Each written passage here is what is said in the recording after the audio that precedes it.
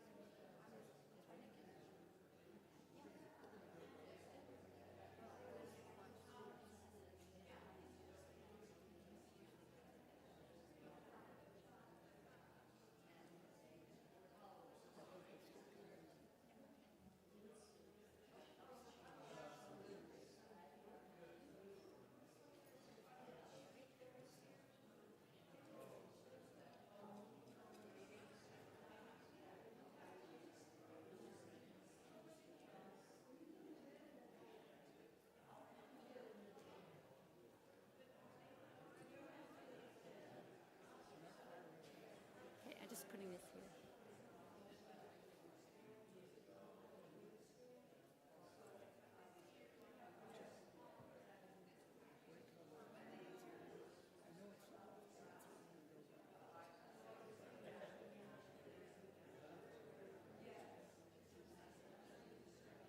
Oh, come Cheryl. One second.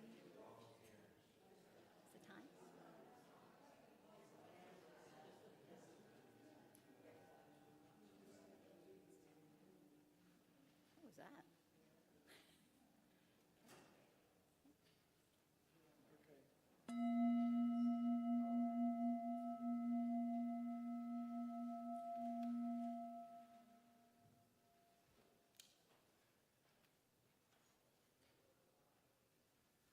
Good morning and welcome to the Unitarian Universalist Congregation of Salem.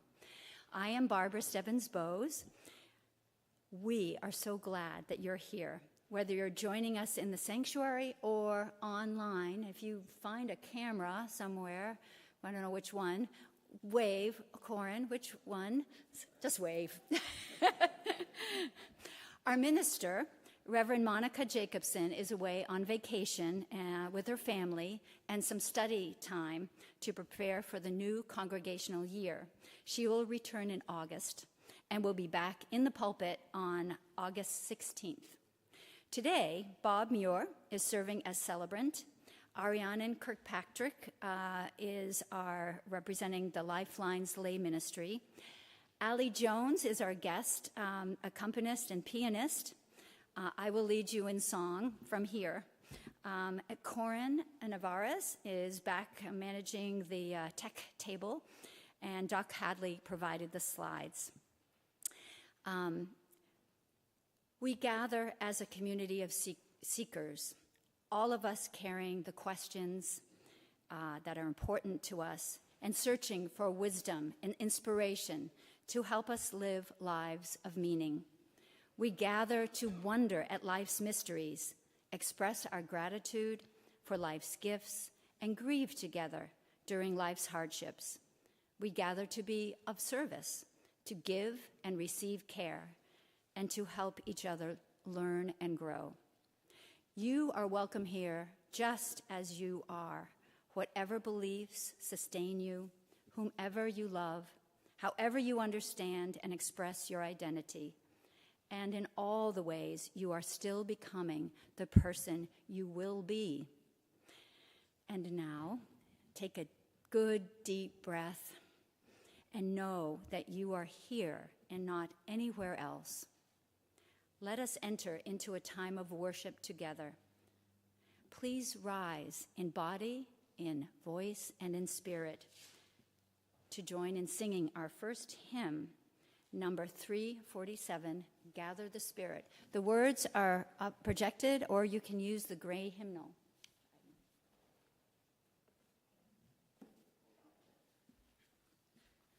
I can't see the back wall.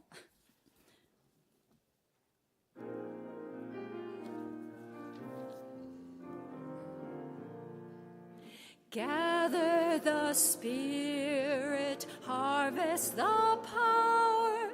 Our separate fires will kindle one flame. Witness the mystery of this hour. Our trials in this light appear all the same. Gather in peace, gather in thanks, gather in sympathy now and then. Gather in hope, compassion and strength. Gather to celebrate once again. Gather the spirit of heart and mind. Seeds for the sowing are laid in store. Nurtured in love and conscience refined, with body and spirit united once more. Gather in peace, gather in thanks, gather in sympathy now and then. Gather in hope, compassion and strength. Gather to celebrate once again. Gather the Spirit growing in all, drawn by the moon and fed by the sun, winter to spring and summer to fall, the chorus of a life resounding as one. Gather in peace, gather in thanks, gather in sympathy now and then. Gather in hope, compassion, and strength. Gather to celebrate once again.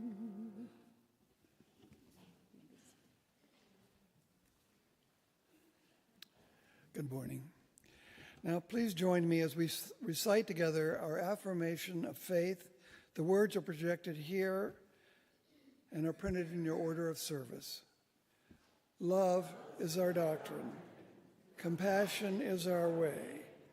Here we seek to create a joyful home for free religious exploration, build a community of caring fellowship, nurture the hopes, and serve the needs of our world. Barbara will now light 3 chalices as we do each week to remind us of important relationships. There are the relationships of this community, the Unitarian Universalist Church of Congregation of Salem. There is our connection with our partner congregation, the Unitarian Church in Šimun-Folva, Romania.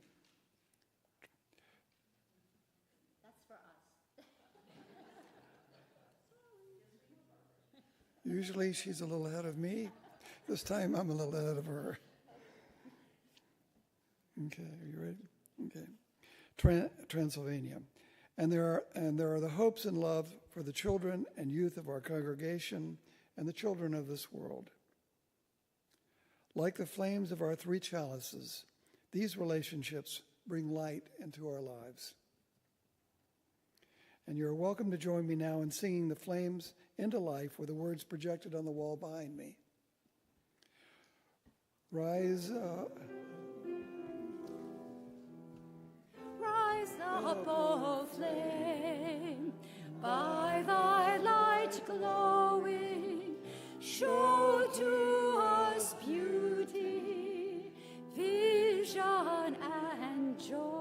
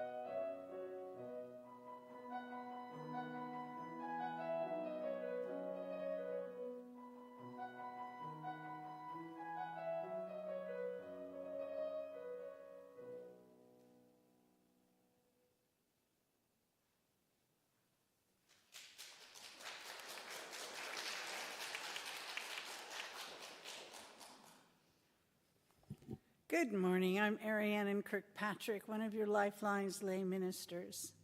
Lifelines lay ministers are members of UUCS who are here to help people in times of need. We can be identified by our lavender stoles and badges. You can reach out to us by visiting our table in the Hanneman Hall each Sunday after service, or by using the contact information that's on the back of your order of service. Each week, when we gather for worship, we share the joys and sorrows of members of this community. We know that joys shared are often magnified as we celebrate together, and sorrows shared may be lightened as we are reminded that we are not alone. As I read them, we'll light a candle to symbolize the truth that is shared and to remind us that what we hold together brings more of the light of understanding and compassion to us all. Today we have one combination, joy and sorrow, and we have a joy to share. First, the joy. Barbara Stebbins-Boaz and Bob Muir write, "Our grandkids, Maren, 14, and Elliot, 10, are visiting us. They flew unaccompanied from the Netherlands, their home. We are delighted to be with them. Yay."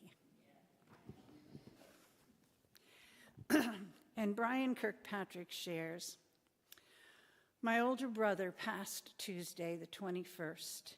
He had Alzheimer's. He was in hospice for the last 3 years. It was time.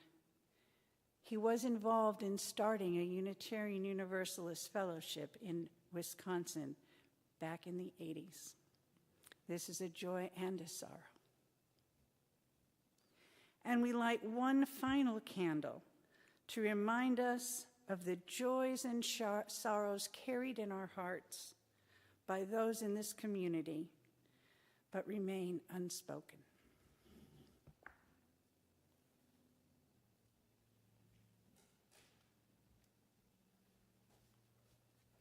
You may remain seated as we sing the heart song number 86, Blessed Spirit of My Life.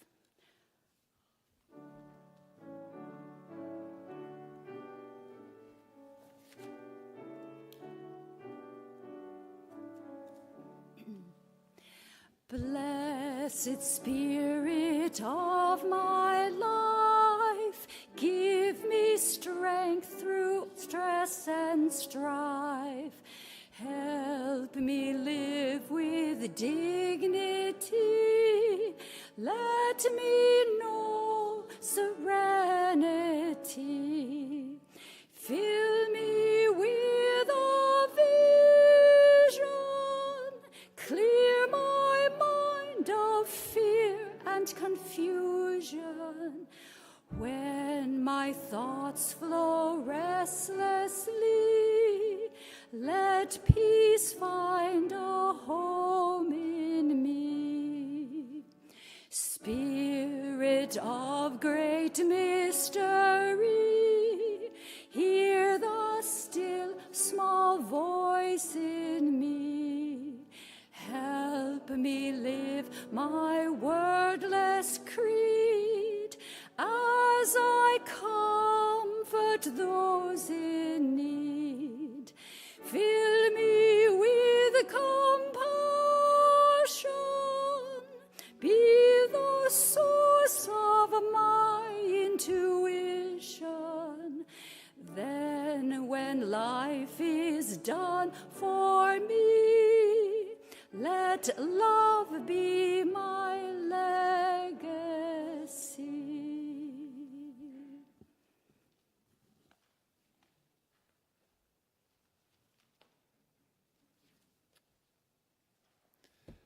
Now listen to a poem entitled Introduction to Poetry by Billy Collins. I asked them to take a poem and hold it up to the light like a slide, or press an ear against its hive. I say, drop a mouse into a poem and watch him probe his way out. Or walk inside the poem's room and feel the walls for a light switch. I watch them water ski across the surface of a poem, waving at the author's name on the shore. But all they want to do is tie the poem to a chair with a rope and torture a confession out of it. They begin beating it with a hose to find out what it really means.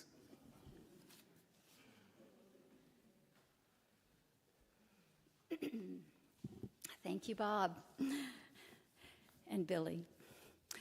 Occasionally, I have been handed an unexpected gift that I wanted urgently to return. One of those occasions was when I was chosen to give my high school senior graduation student address. I should have been flush with the honor of being selected. As a teenager, of course I knew everything. I must have some unique nuggets of insight and wisdom to share. That was not how I felt at all. I was an emotional wreck. What did I know about life? As much or maybe even less than my peers. And what about life after graduation? Well, nothing, because it hadn't happened yet. As much as I wanted to, I didn't back out. There were so many anxious and challenging moments in those adolescent years. What was one more? It was just so public, and the risk of embarrassment seemed very high. In any case, one morning, I faced the blank page with pencil in hand. No more procrastinating. In little spurts, my imagination spoke. And now, a half-century later, I again risk public embarrassment because I am going to share with you what I came up with.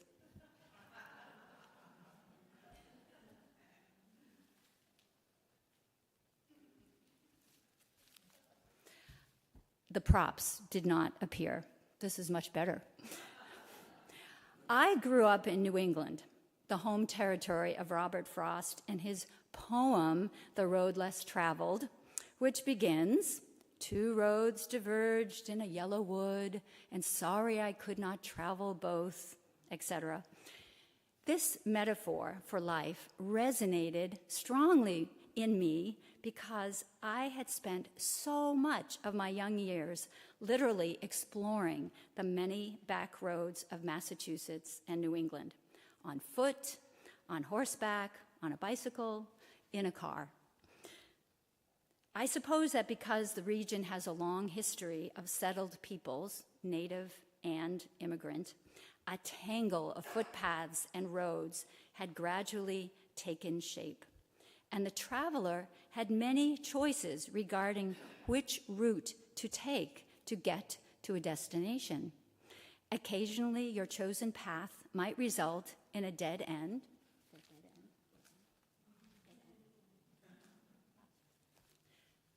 Sometimes there were frost heaves and potholes that might slow you up.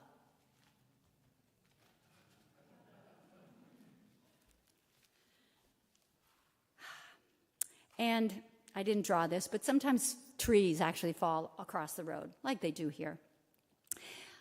So, the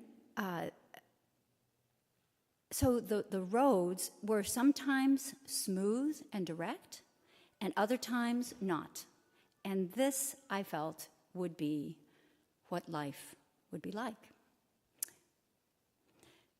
You can switch to the next slide now.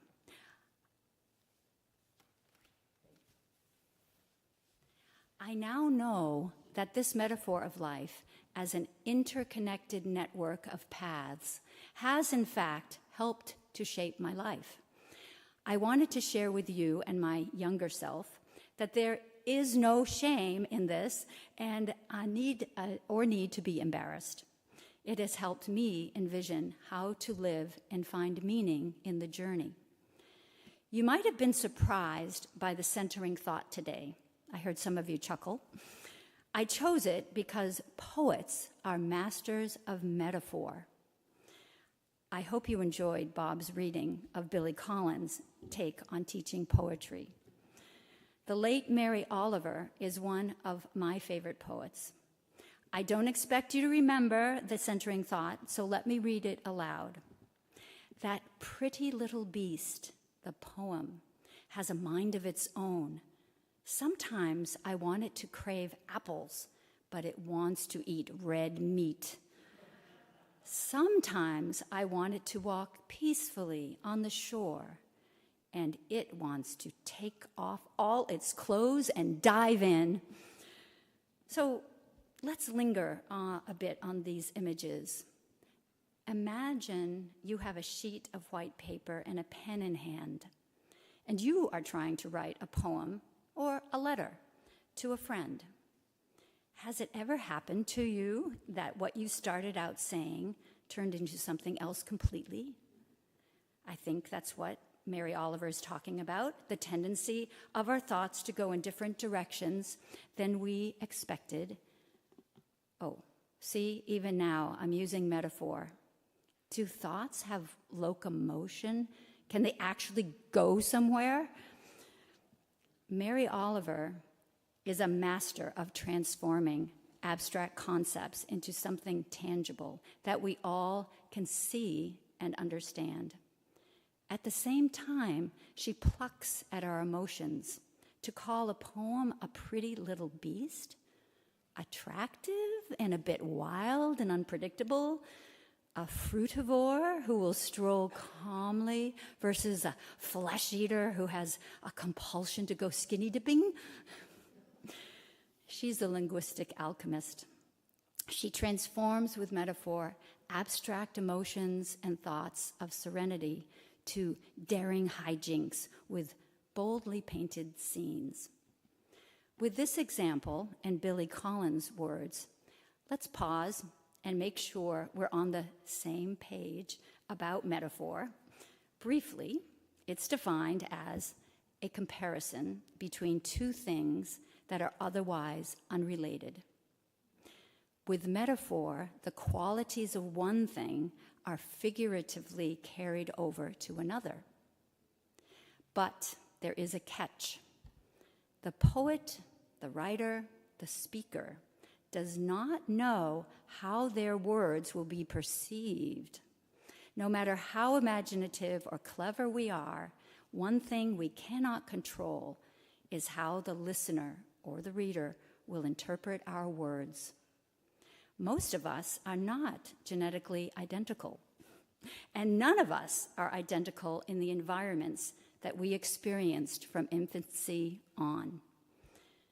Consider your immediate family circumstances, your schooling, the larger cultural expectations, even the surrounding geography.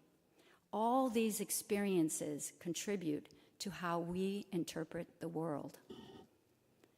We learn about the external world through our senses: taste, sight, hearing, touch, smell. We also have a variety of internal sensory systems, like proprioception, which gives us information about the location of our body, which, if you all close your eyes and take your index finger and touch your nose, whoa, that's proprioception. You know where your nose is. But I'm not going to give you a physiology lesson. Rather, I want to draw your attention to some of the ideas I find intriguing about how we humans understand the world and ultimately how we make meaning from our senses and our thoughts. First, let me ask a simple question. Can we think and communicate without metaphor? I'll give you a minute to decide. Hold your thoughts. Did you see what I just did? Oops, I did it again. I'll give you a minute, as if time were an object to hand to somebody. Hold your thoughts, again, as if your thoughts were something physical and you could store them like thought pebbles in your head or your mouth. And did you see what I did? As if my words were tangible enough to visualize with your eyes. I, for one, cannot communicate without metaphor. Anyway, you get the point. We use metaphors all the time, often unconsciously. In their book, Metaphors We Live By, cognitive linguist George Lakoff and philosopher Mark Johnson observe that we use metaphor to understand and experience one kind of thing using another, as I said previously.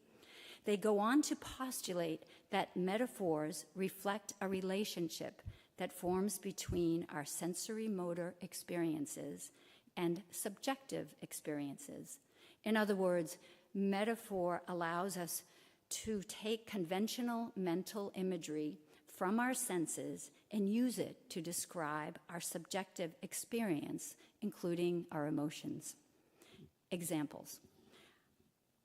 Some of you might be saying this. I don't understand what you're saying. It went right over my head.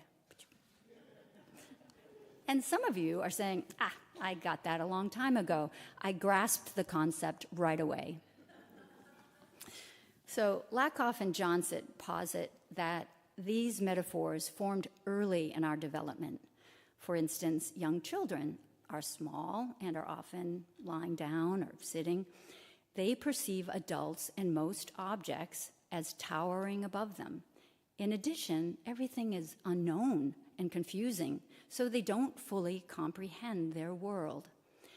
It's over their head, a sensory motor experience with subjective feelings of confusion and lack of understanding. Likewise, when a baby grasps a toy, what does it do? Usually sticks it in its mouth and experiences the thing through touch, taste, sight, and even smell. The baby's tendency to grasp things gives them a sense of knowing, understanding, familiarity. This early connection between our senses and more abstract states of understanding happens to everyone across cultures. Lakoff and Johnson suggest that these early primary metaphors that we all experience through our senses stimulate the formation of neural networks in our brains that become more complex over time with added experiences. Some metaphors are universal and some not. An example of a universal metaphor is up. Up is equivalent to more, and down is equivalent to less.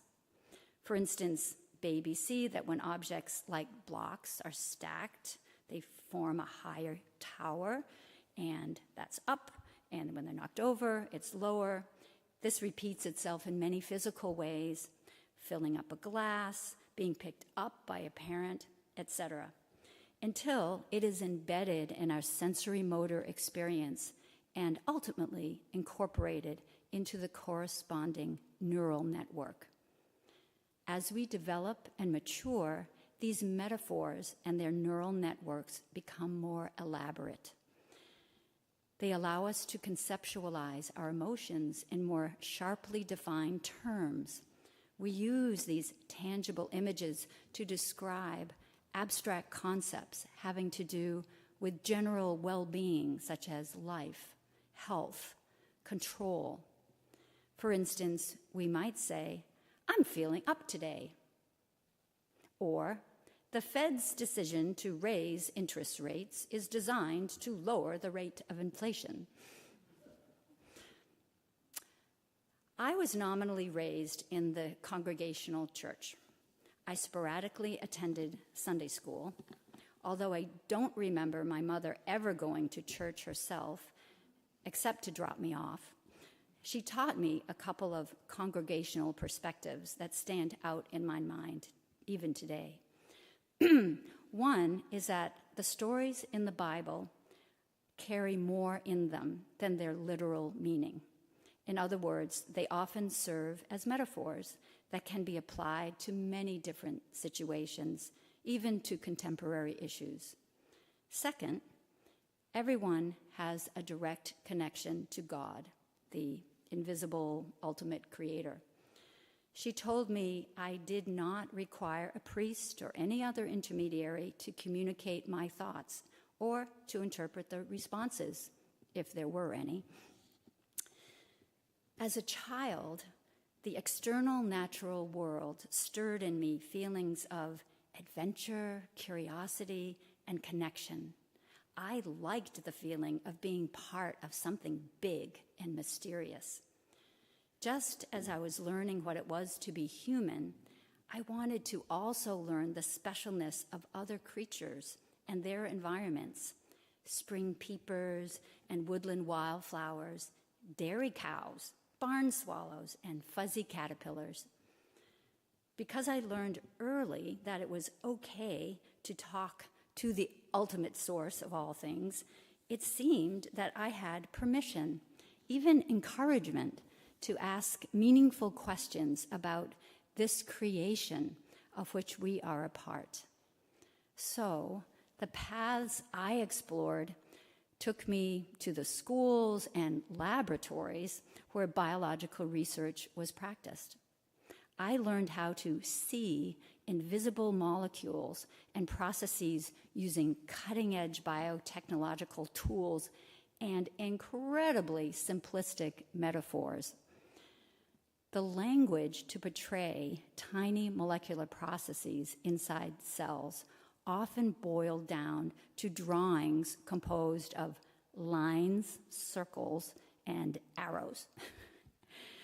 These visual metaphors, though crude, were surprisingly powerful in creating a more concrete picture of the structure of the cell and its biochemistry. They helped us to frame experimentally answerable questions. This brings me to an important question. Do the metaphors we use influence the way we view the world and the choices we make? Let's take my earlier metaphor of life being a journey along various roads and paths. A significant quality built into that image is a sense of continuation, connectivity, and continuity. I would go as far as to say it encourages curiosity and exploration, not confinement or limits, although you could always turn around if you had to. I think the traveler metaphor both gave me courage when I was scared and supported the idea that everything is connected, including me, to everything. My experiences on this journey have been meaningful, not just by creating new knowledge through research and teaching, but by forming deep relationships with others who became my helpmates and fellow travelers. As Unitarian Universalists, we covenant or agree to help each other in our search for truth and meaning. We use metaphor to help communicate this. The Unitarian Universalist Association recently adopted the visual metaphor of a flower, much like a daisy with 6 petals. Each petal is a value we support: interdependence, justice, generosity, pluralism, transformation, and equity. At the center, at the yellow center of the daisy, sits love, represented by a flaming chalice. We are energized by love to live our values. This is a complex metaphor that tries to communicate meaningful but abstract concepts. To expand the metaphor, you can transplant this flower into your garden, water and feed it, propagate it, share it with friends. It's likely you will experience more than just a pretty flower, but something of value and meaning. As you consider the metaphors that you use to navigate life, let me share with you one of the most powerful and beautiful metaphors that does the impossible. It makes concrete the totality of everything. This is paraphrased from Francis H. Cook's description of Indra's net. Far away in the heavenly abode of the great god Indra, there is a wonderful net which has been hung in such a manner that it stretches out indefinitely in all directions. A single glittering jewel hangs at the net's every node. And since the net itself is infinite in dimension, the jewels are infinite in number, glittering like stars, a wonderful sight to behold. If we now arbitrarily select one of these jewels for inspection and look closely at it, we will discover that in its polished surface there are reflected all the other jewels in the net, infinite in number. Not only that, but each of the jewels reflected in this one jewel is also reflecting all the other jewels, so that the process of reflection is infinite. During the 6th through the 8th centuries, the Chinese Huayan school of Buddhism refined this image, Indra's net, from early Hindu literature dating back to 1000 BCE. This brilliant metaphor echoes a couple of modern concepts that would otherwise be very difficult to grasp.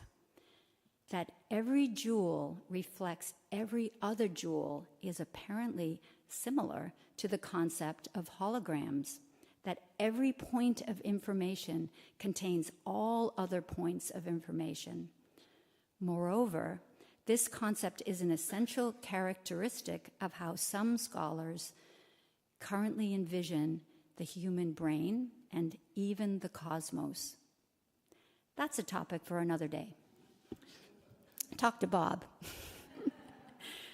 The most important idea I hope you will reflect on, and that Indra's net vividly describes, is the interconnection of all things. It suggests that we are not isolated individual beings, but in relation with and reflected by all other things, living and non-living. Though feelings of loneliness, alienation, and purposelessness are also human conditions, if you find yourself there, recall Indra's net or the network of paths. Consider that you are a jewel in Indra's net. When you move, everything tied to you and reflected by you moves as in a dance.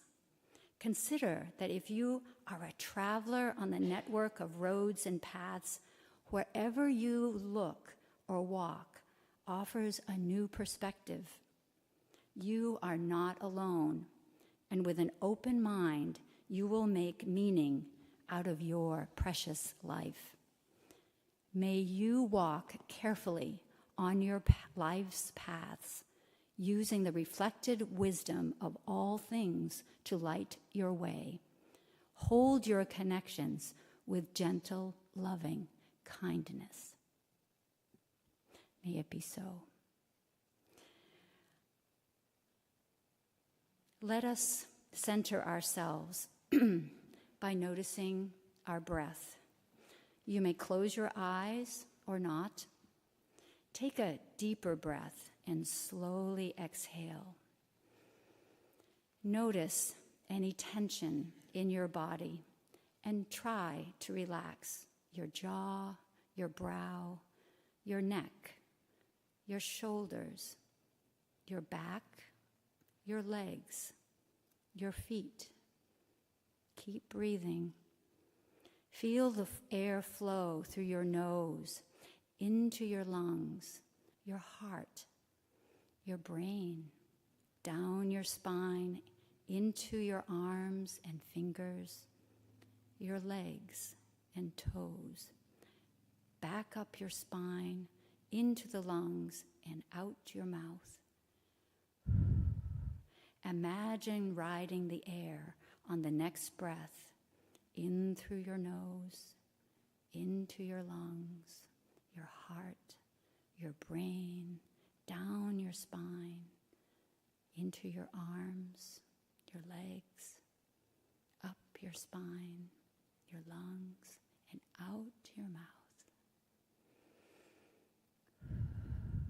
Now,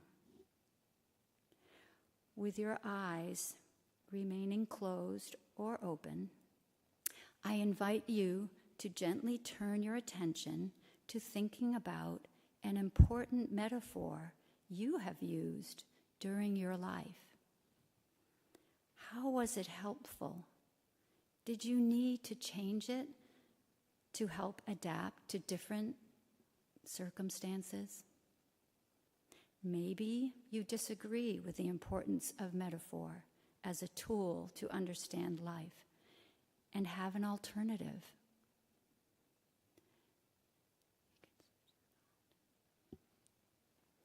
In the spirit of helping each other in our search for truth and meaning, I hope you will share your thoughts with the congregation.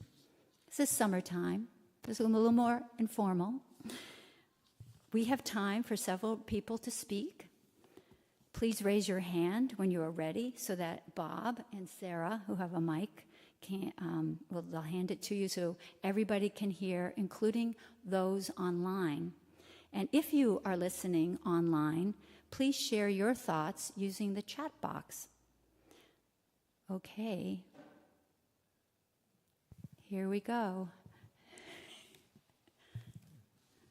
Thank you, Barbara. That was a lovely sermon. I thoroughly resonated with everything you said. Another metaphor there. But when you spoke of Indra's net, which is a wonderful metaphor, I was immediately reminded of my favorite quote ever from Martin Luther King Jr. in his letter from Birmingham jail, which, of course, touches on the exact same idea. When he said, "We are caught in an inescapable network of mutuality, tied in a single garment of destiny. Whatever affects one directly affects all indirectly." Thank you, Tom. Yes. Bob? Yep. My metaphor is the mud and the lotus. The mud represents all the things, all the detritus of our lives, all that we struggle with, and that is what is needed for the lotus flower to grow and to bloom, and that's the symbol of enlightenment. So that is a metaphor that I've used a lot. Thinking about my depression, like what's the use of all this depression or whatever, that's the mud where the lotus grows. So that's been a metaphor that I've used. Thank you, Sarah. That was a marvelous sermon, Barbara. Thank you. And as I was listening, I was looking at Bob's shirt that says, "Enjoying my second childhood." And I was thinking that I am enjoying my second adolescence, but I'm not sure whether that's a metaphor. Thank you. I think so. I'll share a metaphor, and I see Cheryl over there. I only came across this a while back, not at the beginning. My way of learning is like a butterfly. It looks a little kind of frivolous, but I go from one idea or experience to another, and as I'm doing, they're cross-pollinating. Yeah. Nice.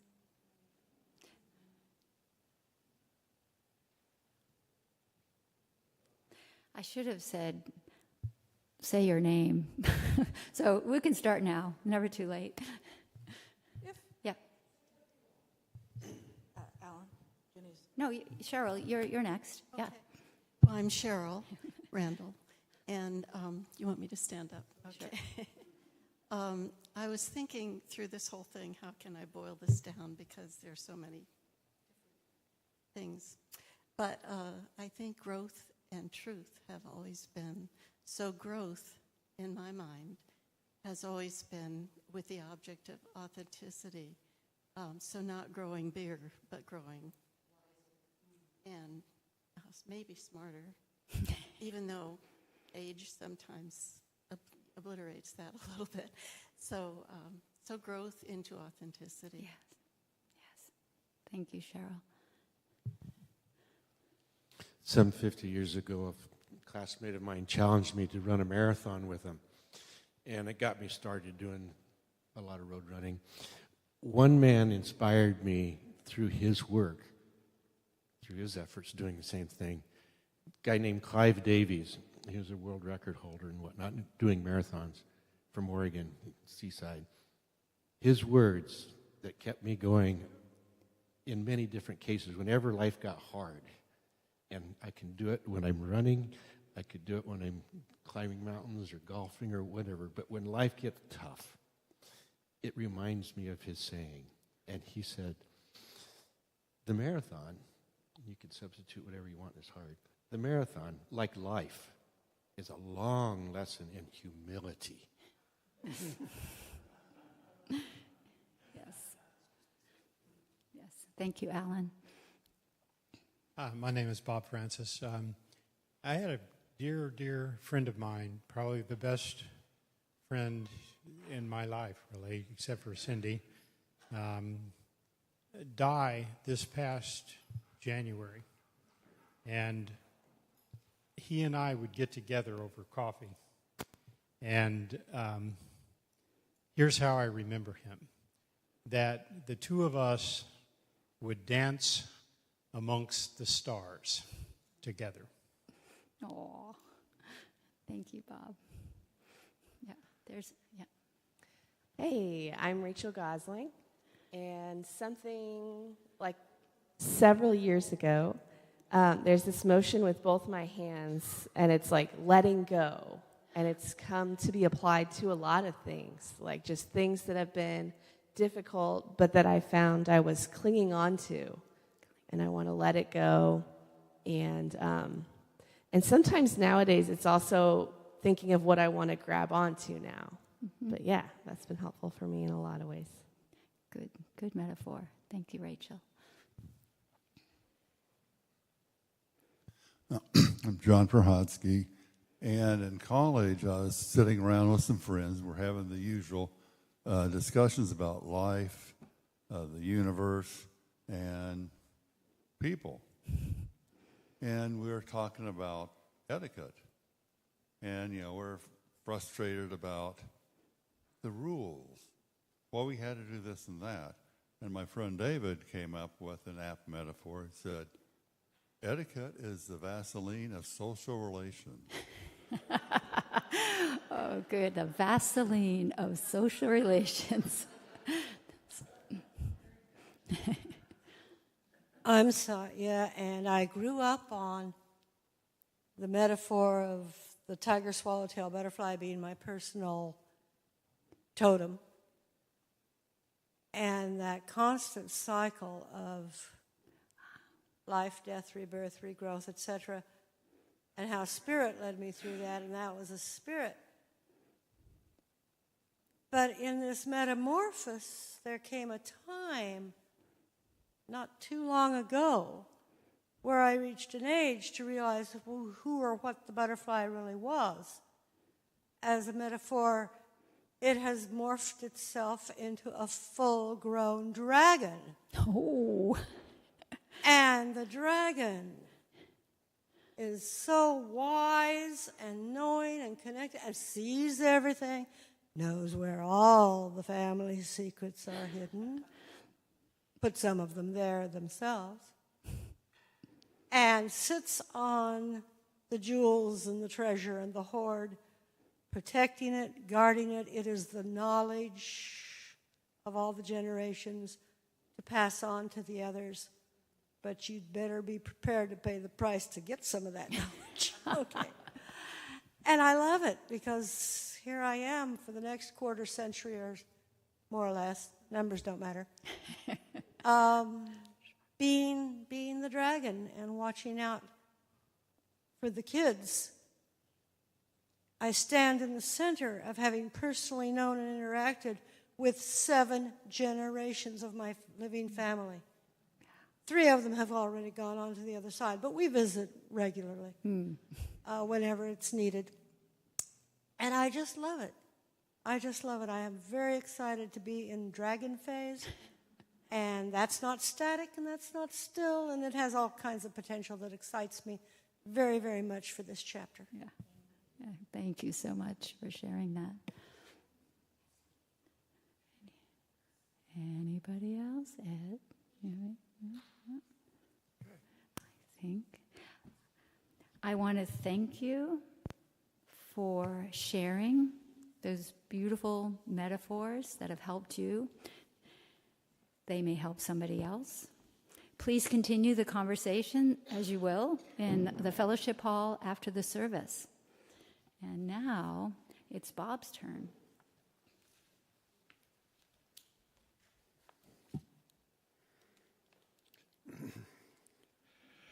Our gifts support the various ministries of this congregation.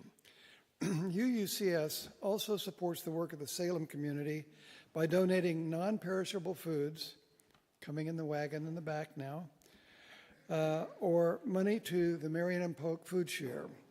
Food donations are collected before and during the service in the little red wagon being brought forward. And as you can see, it's pretty full this morning. Additionally, each month, a portion of our service offering is shared with a local charity or charitable program. In July, we're sharing the plate with the parents and friends of gays and lesbians, or PFLAG. I hope I'm saying it the right way for short. PFLAG is the nation's largest organization dedicated to supporting, educating, and advocating for LGBTQ plus people and those who love them.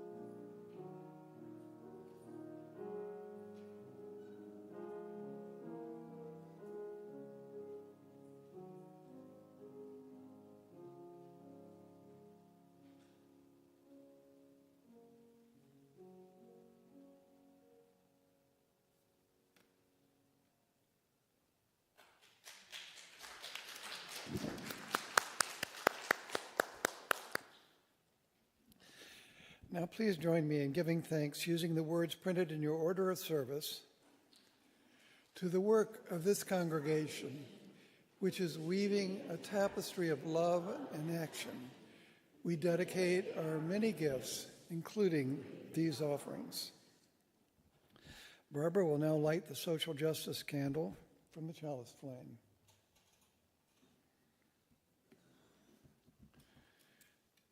This ritual symbolizes our intent to carry the spirit of what we have shared here today into our work for social justice in the days that follow.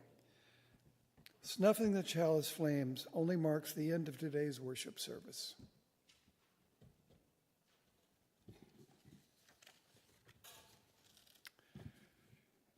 And just before the service, I was asked to let you know that our volunteers for the kitchen are shorthanded today. They only have 2, and if you have any time and can help them, please go to the kitchen area and volunteer in some capacity.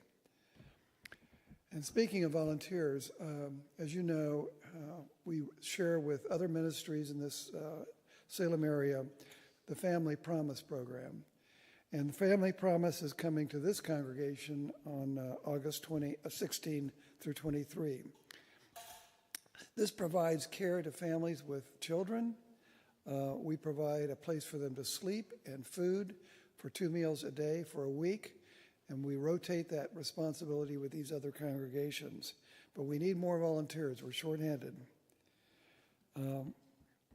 You'll find other notices in the back of your service bulletin, your OOS. You can also get notice of things that are happening, events and activities in the weekly news email called This Week at UUCS, and the newsletter entitled The Chalice and Flame. If you don't receive these already and you want to, just phone the office or email them and they will get you signed up.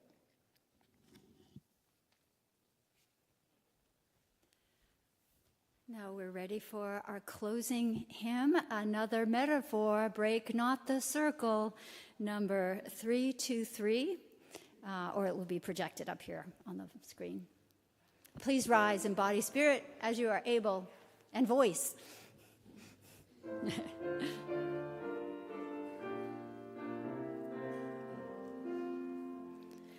Break not the circle of enabling love, where people grow forgiven and forgiving.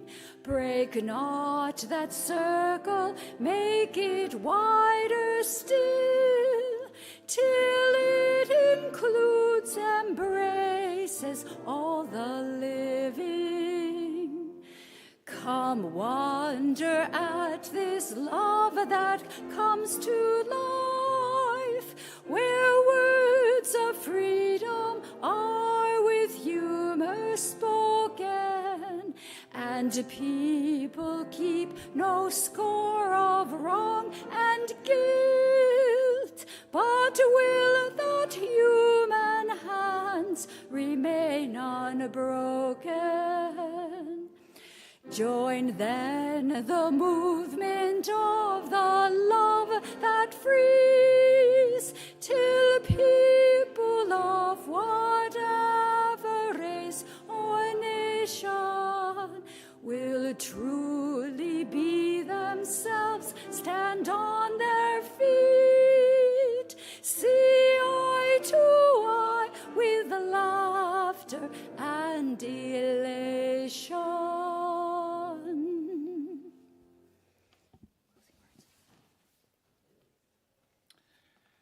And now please join me in saying our closing words, which are printed in your order of service. And as you do, feel free to join hands, touch elbows, gesture toward a neighbor, or do whatever is right for you.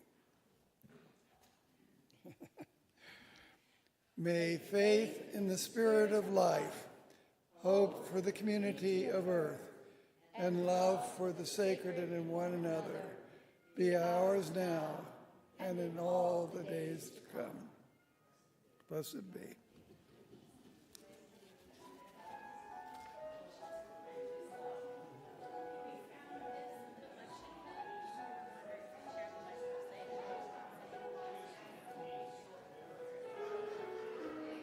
Did somebody lose a vibrant community silvertoneseniors.org thing?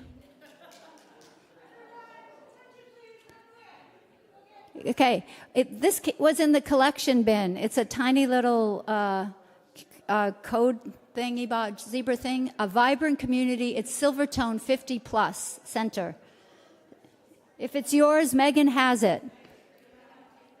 You might have a taker. Okay, mystery solved. Carry on, Allie.